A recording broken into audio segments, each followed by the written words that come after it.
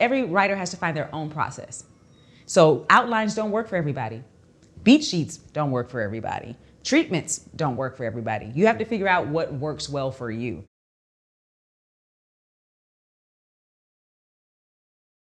I start with somewhat of an outline. I need to know where I am and then where I'm going or where I just came from. So usually for me personally, when I'm starting to write, it's not coming from a starting place. It's coming from a scene I already had. So I write that scene out. The most vivid thing about what I think about this idea, I write that scene out without any, it doesn't have to fit anywhere. I don't know where this is, but I just see these characters doing this at some point. So I start there, kind of get my groove going and start to like, yeah, I really feel this moment. I've seen this moment. I'm a very visual writer and when ideas come to me, they come to me almost as like a movie. So I'm able to write that down. And then now I go to an outline because I don't even know where this is. So I know I'm here, but I don't know where this is in the story or anything like that. So I just start with, okay, where's it ending? Where are we going?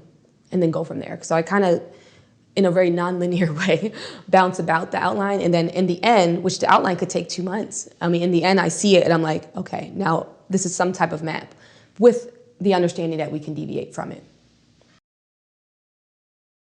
What I do is I outline a script very meticulously, and my outlines are about 25 pages to 30 pages long.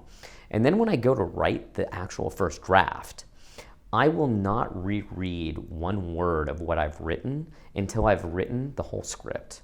So for my first pass on a screenplay, I start from the beginning and then I just go. And I go all the way through until I'm done without having read one word of it. And it takes about 3 weeks. So in 3 weeks, I've written a whole draft and it's a lot of fun because there is no judgment whatsoever. I'm just writing straight through. And then I go through and very meticulously work through the scenes.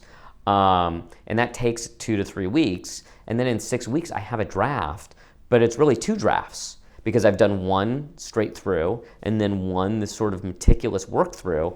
And I will say that the second phase of it, the meticulous work through phase, is the least enjoyable part of the whole process because it's the most critical, where I just, for a couple weeks, it's just I have to work through these scenes but I just do it. And then after that, I have a draft to work off of, and then there's many drafts after that, but I have this nice foundation. I would first off say, what's the story, what's the genre, and why do you want to tell it? In 3 words, give me 3 words about the story. It could be just three words. Revenge, another word. So we'll start with those words. Then give me a character. Who do you want in the character? Then I'll go ask, okay, where does this take place? Get the character. What's the character's job? What does that person do? And what does that character want to do? And then develop the world, develop the character, and why do you want to tell that story? And we'll start from there and then go back, and then just, even if it's 1 page or 2 page or 3 pages, write something about what this character does in that world, what their job and what they want to do. And then once you have that, then we could flesh it out a little bit more. And then maybe, like you said, start an outline. What do they need? What's their obstacles? And then we add more characters in. But I would probably start with who the main character is and the world they're in. I email them to myself, so I have all these random emails that half the time don't make sense. Like, second act, all on a plane, giant fight. Guy loses his wife. Hitman finds out his ex-wife is married to somebody else. Things like that. So I have all these weird random things.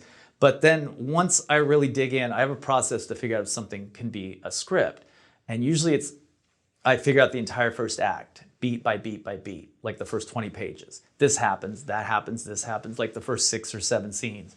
Then I know what happens in the second act turn, kind of what shifts the movie or the story, and then how it ends. And if I can figure all that out, then I know I pretty much can write a pretty good script. So that's usually what I do first. I don't want to know the whole story beat by beat by beat because I figured some things out along the way that I would have never thought of. Now, there's other times I've kind of thought the whole thing out almost, in more, bigger beats and bigger sections. But that's usually what I do is I know the first act, how it ends, what happens in the middle, and then what happens at the end. And that's it. Usually the ideas that I can't stop thinking about are the ones I know are good. They keep popping back in my head because there's some ideas you just come up with and throw it away. It's pretty good, but it's not great.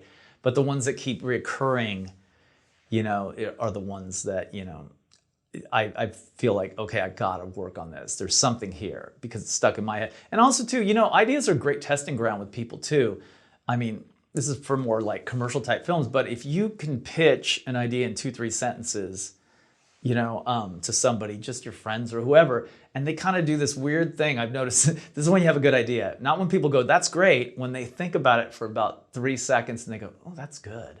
That's when you know it's actually connecting with people. So, if you have an idea and you say that to 10 people and they kind of all go, ooh, or they ask you about it again later, it's a good idea. There are several different ways you can start a screenplay. And a lot of that goes back to whatever your idea is probably the thing that's going to come to you first. But you should definitely then start trying to figure out what all the rest of those elements are. So figuring out what the world is, knowing what the tone is. A lot of people may not think about tone, but tone matters. Tone is that feeling that makes this different from slapstick comedy, regular comedy, romantic comedy, into kind of a comedic drama that is now more regular drama, family drama that ends up now this gritty thriller thing. So it's kind of like the nuance between the genres, right? Like what that tone is. And then knowing who your characters are, knowing who's gonna go on this journey, figuring out why we should care about them, figuring out how we're gonna relate to them, and relating to them doesn't have to mean liking them, we just have to relate. Then knowing what goal they're after, because anything that's on TV, anything that's a feature is about a character reaching a goal. That's why we're here. We don't want to just see people go through their day-to-day lives, right? We want to see like they're after something or something's after them, whatever it is, but they have a goal. Figuring out what the stakes are. The stakes are going to be the why. Why am I here? Why do I care? What's going on? What are they going to win? What are they going to lose? Because if not, then why do I care if they reach the goal? If there's nothing at stake for them, then I am going to be that much less invested. And people usually know what the end is. People usually kind of know what the setup is, and they kind of know what the resolution is, right? It's the second act where everyone kind of falls apart. And it's because we really don't start asking ourselves, how are they going to get from A to B? So I personally feel like everyone should write an outline. There are going to be writers who are reading this like, I've never written an outline and I've done great. That's great. You might have that special skill. You also might be a person who doesn't mind rewriting 15 times, because no matter what, you're going to rewrite, right? I think by writing the outline, you cut down the number of rewrites because your first draft isn't as terrible because you've actually plotted out what it is you're going to do. So you didn't just start at the blank page and start writing and just like, oh, well, maybe they'll go this way and maybe they go that way. Because as soon as you change one thing, what does it do?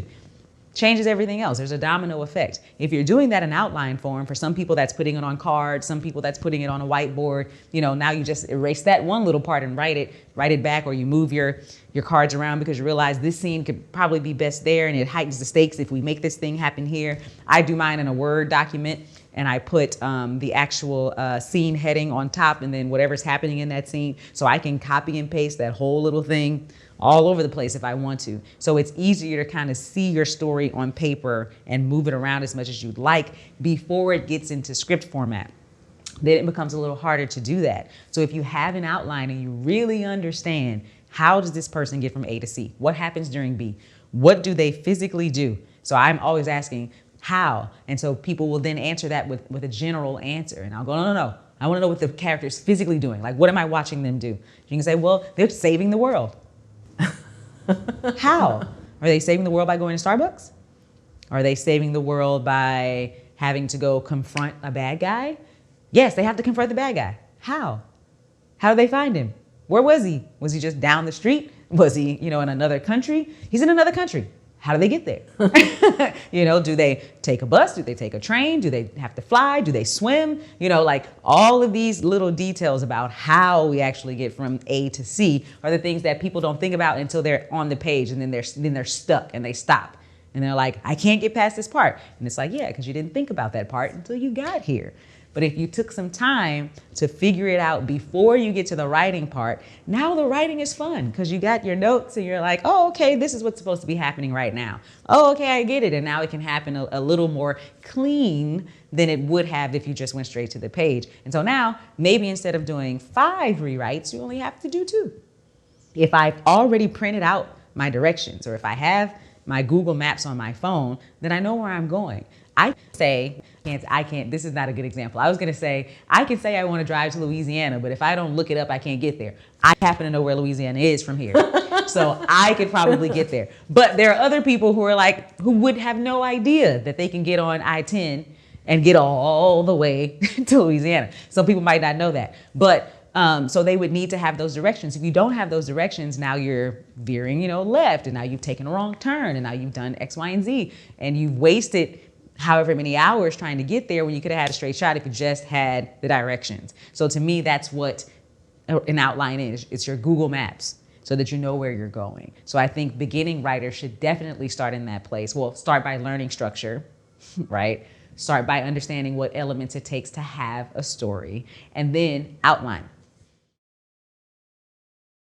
In my writing process, I have a weird process. I've read this book called The Mind of the Maker by Dorothy L. Sayers, and it's a fascinating book. I recommend it to anybody in the creative field.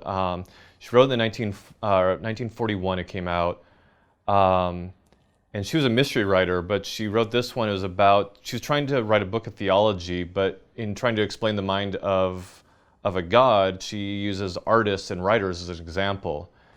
And one of the things I loved about it is she said that as a creator, you create the world, you create the physics of it and the laws of it, and you create the people that inhabit it, but then you give them free will. And to me, that is the most organic form of writing. And so my writing process is I try to just see the world and try to understand it and know who my characters are and the premise. And then I ferment on that for a while until I feel like I have an understanding. I'll write notes and stuff like that. And then I literally just sit down and write, and just when it comes to a plot point, like what would they do here? What would they do here? And letting the character I've conjured in my mind have that free will to make those choices instead of me guiding them. And the only time I feel like I hit a writer's block now is when I'm trying to force them to do something they wouldn't do. And so that is kind of my writing process. And then once I have a first draft out, that's when I then go back and start asking myself those questions like, okay, here's some of the themes I wanted to address that maybe aren't as clear or aren't in it. How do I put that into it? Is there a place where this works? Is there a place where this works? I don't set up a structure. I don't set up markers. I don't have any plot points I write down. It's like, here's the world, here's the characters, let's see where we go. So for better or for worse, the writing style that works for me, we'll see what audiences feel. But I enjoy it. It comes out much more organically. I don't get writer's block. It just takes a lot longer to write that first page because you're trying to figure out all the aspects of the world that they're in, all the people that are there. But once you have that all, just kind of let them loose in your brain and see what happens. The first process is getting the log line down, where you have the log line and you have that hint of irony. It's boiling it down to a sentence that you can pitch to somebody. Like, what's it about? And, people get it right away. From there, once I think you have that locked in, then it's a matter of really breaking it out into, the main components of the story and the structure. For me, that is where I've really become a lot more fastidious with my process of, knowing, like, again, what's the hard turn? What's what's that inciting incident? How does it affect the character? What's sending them off to that first act turning point? Then from there to the midpoint, and then into Act 3 and how they're changing along the way. I think it was, I'm sure like every other writer, obviously read the Blake Snyder, Save the Cat. And I think, honestly, that's probably the most comprehensive book on screenwriting. I recommend that anyone who's looking to break in, I always tell them to get, Save the Cat. Save the Cat goes to the movies, because I think Blake Snyder was really onto something. So I really do follow, I believe it's the 16 major beats that he laid out in there, and their purpose. And for me, that really, I think, I was going in that direction before I read the Blake Snyder novel, but certainly after. And he was also such an inspiring writer, Blake Snyder was.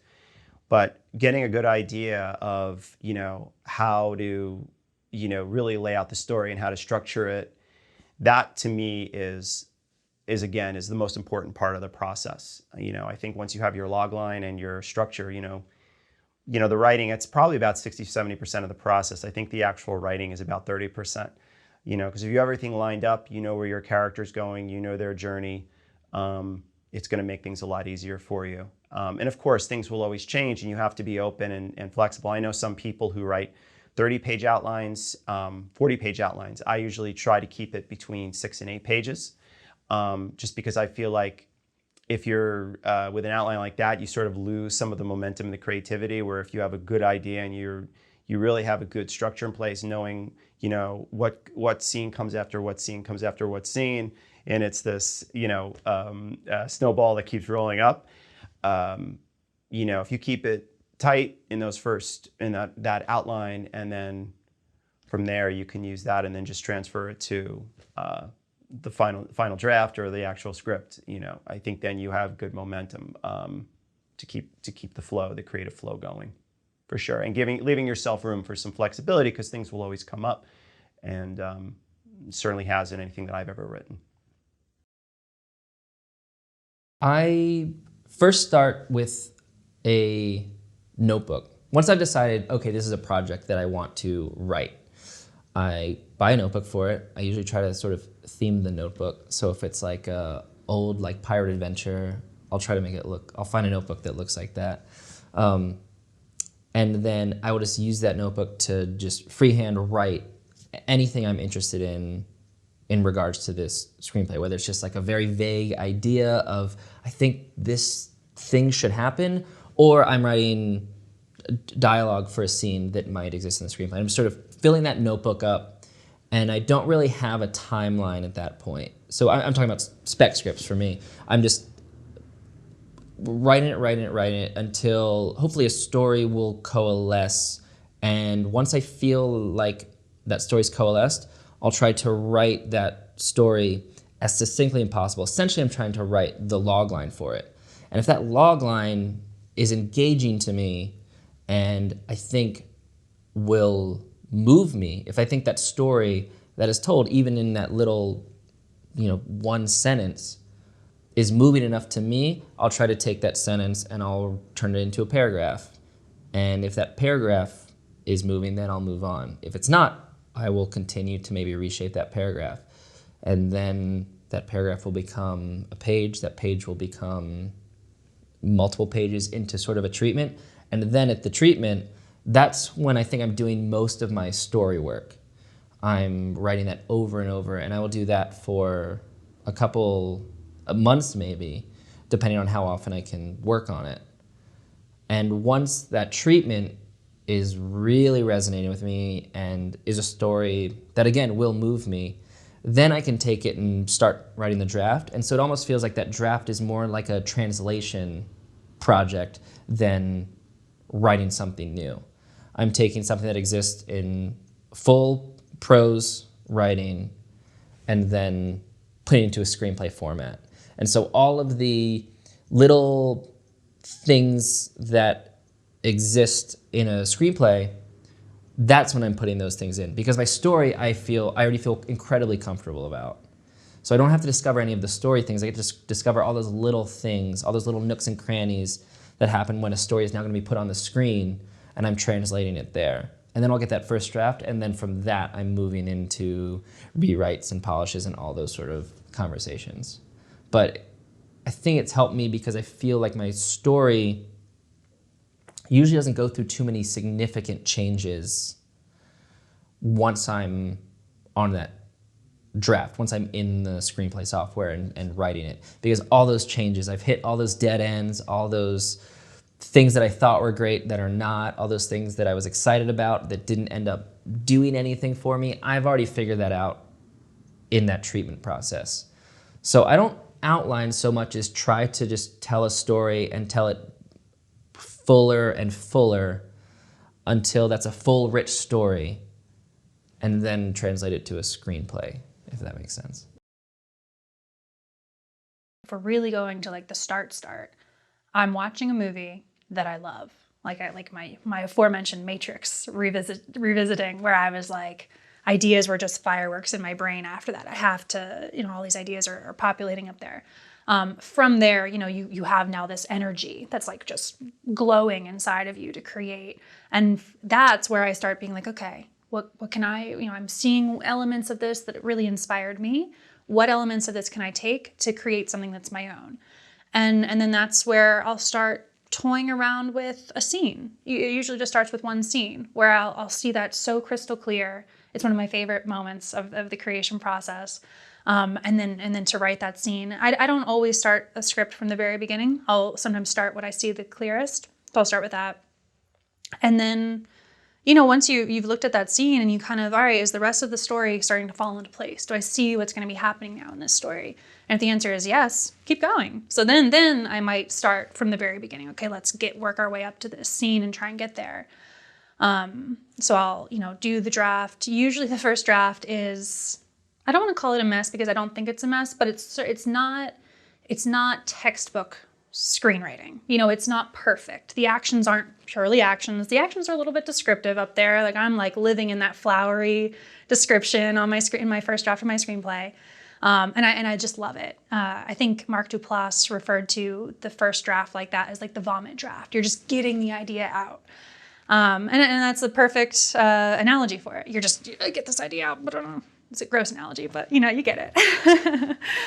So anyways, you do that draft, and then that's where, all right, are we going to do this? Are we going to find the elbow grease to like lift this up and like tighten this script? And usually around this point, Aaron has already been aware of like my passion for this script. Like, is this something you're interested in too? Because hey, he's going to be the one directing.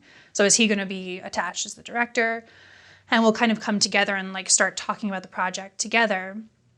He'll usually at this point take it, and if he hasn't already, sometimes we're both in the same stage together, but he'll then take it and start really like polishing it up. And he does such a phenomenal job of absolutely tightening a script. Anything that's extra superfluous that I've been like putting in there because, hey, pizzazz, and it needs to be in there, right? It doesn't need to be in there. He takes it out. He can see as the director exactly what it's going to be.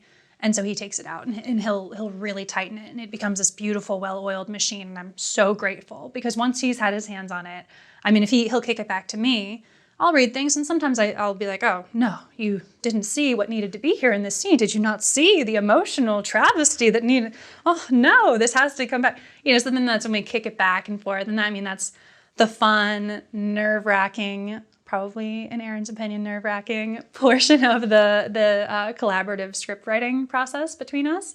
Because I'm a very passionate writer, if you can't tell. But we're always like on the same team. We're always on the same team, rowing in the same direction to finish this script and make it the best possible project. And we both know that. We both know that each of us wants the best finished product. So we just keep kicking it back and forth a few times. Once it's really polished and ready to go, then we send it out to family and friends and start getting the feedback, see what people think. And they give great notes. We have fantastic friends who read everything, and they give fantastic notes, and we listen. We really do. It's not like we're like, forget it, they don't see it. No, we totally listen, and we're like, oh, I love that nugget of what they're trying to tell us here. Let's try and incorporate that and fix that here. I break it down into 7 steps, based similar to Blake's system. So, and it's a simple way to say it is I tell the story, I get them to tell the story or do my own work in one sentence, and then 5 sentences, and then 15 sentences, which is like Blake's 15 beats, and then 40 sentences, which is basically a sentence for each scene in the movie, more or less. Those are the first 4 steps, and then the other 3 are screenplay draft steps. So you have get it down, get it good, and get it great. And it's a problem. All those things they're steps, but they're really almost like there's 7 different ways the audience is craving answers about your story, and most writers that aren't like fully firing on all pistons aren't answering those questions as deeply as they could. So I'm good at doing that in my work, at least enough, and then I get feedback and I figure out how to do it even better. And when I work with other people, I just make sure that they're fully answering those questions. And then when they get to the screenplay writing part, get it down as just as quickly as you can. You're almost like formatting it. I usually write a treatment in that 4th stage. After I do like the 40 sort of sentences for each scene, I'll kind of write that into a treatment, 5 pages, 15 pages, and I'll just copy and paste that into the screenplay format. And then I'm just almost reformatting it. Cliche this, cliche that, doesn't matter, but just kind of scaffolding. That's that step 5. And then step 6 is get it good. It's not great. It's just kind of, okay, you got a mess of cliches and whatever, but you kind of organize it a little bit, just kind of easy breezy, momentum, flow. And then after a few drafts of that, you're like, okay, this is working. You're getting good feedback. Again, we're in the reaction game, so it's not enough if you want to be professional that I dislike it. It's like I have to like it, and then it's coming across to other people, and they're saying it's great. And then when you're getting that good, then you get into that fine tuning stage. Get it great. So it's get it down, get it good, get it great. And what I see most mistakes they make, so this is that 7-step process inspired by Blake's. People will get a loose idea right here, like step 1, and they'll jump to like step 7, and it's a fiasco. And even if they finish the script, you can see it. The script is a mess. And sometimes, if they tell me what their script idea is in one sentence, it'll also be a mess. And I can just by seeing the one sentence, I know the same problems they have in a 100-page script.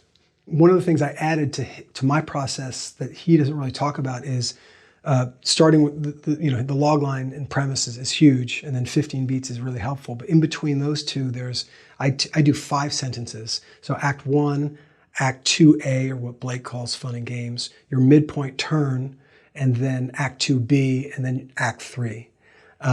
So it's more or less the 3-act structure, but it's broken out into these pieces. I mean, this is a turning point, but like it's so important to kind of call it out. And so sometimes when I'm even coming up with a movie idea in the very beginning, I'll kind of have a couple pieces of the concept, and I'll actually maybe sketch it out, the five sentences.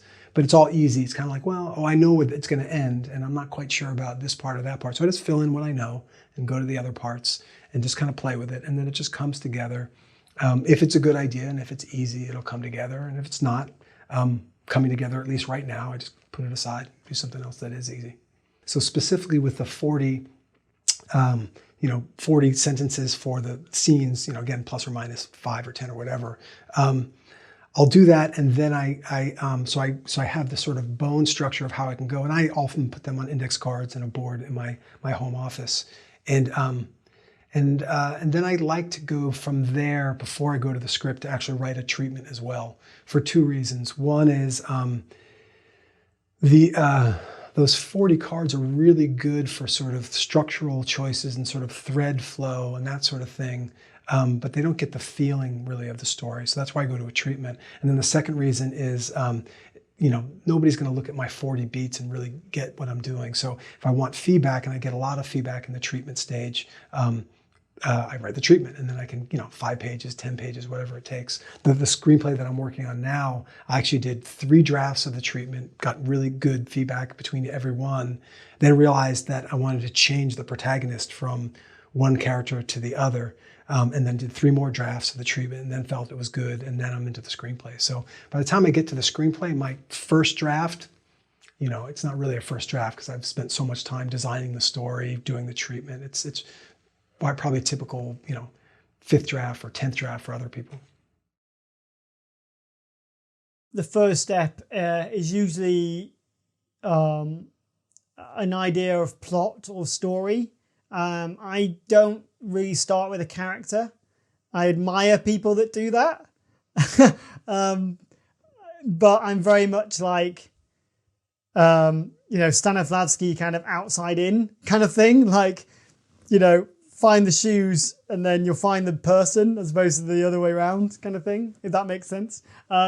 So I usually have an idea or a concept or a story I kind of want to tell. And in writing it, I find the characters, I find the story. And then when I know it's working, whether that's on an outline perspective or whether that's in a draft perspective or whether it's draft 1 or draft 10, when the characters suddenly start doing things I don't want them to do, then I know I've got the characters right.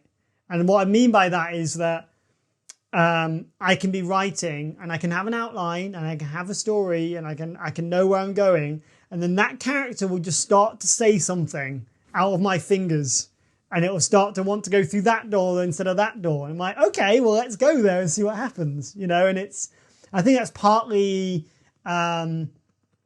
enjoying being flexible as you write, and partly I think maybe that's like my very basic drama acting training in me, is that I can become those characters I write them in a way. And I feel that, and then something in my being says, well, no, I wouldn't do that, as that character. So, albeit your plot needs something to do, but your character might not, then you get into that interesting area of like, well, okay, well, let's explore what's down that corridor, what's that way. We want those characters to go.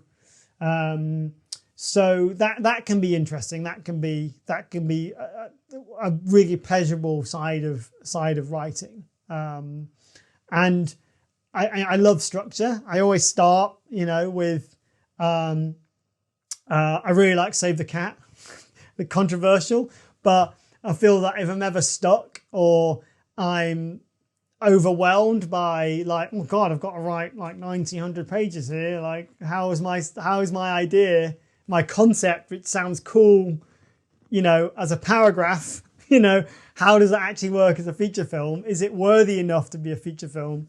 I do read that book or pick up that book or, look at Hero's Journey or something like that. And I'll find that, oh, okay, well, that's how I'm going to tell this story. I may not adhere to it. Part of knowing the rules is breaking the rules if rules exist. I don't think they do, but there's a reason why people like setup and payoff. There's a reason why, going back to the days of, telling a story around a campfire or, or at a party, you're telling a good anecdote, like you don't suddenly come out with the ending. It's just not, it's not satisfying. There's this idea of structure or the way you tell stories is kind of somehow ingrained in us. So you need to kind of understand that, or you almost need to play with the audience with that, either to make them feel comfortable or to completely subvert the thing that they think is going to happen.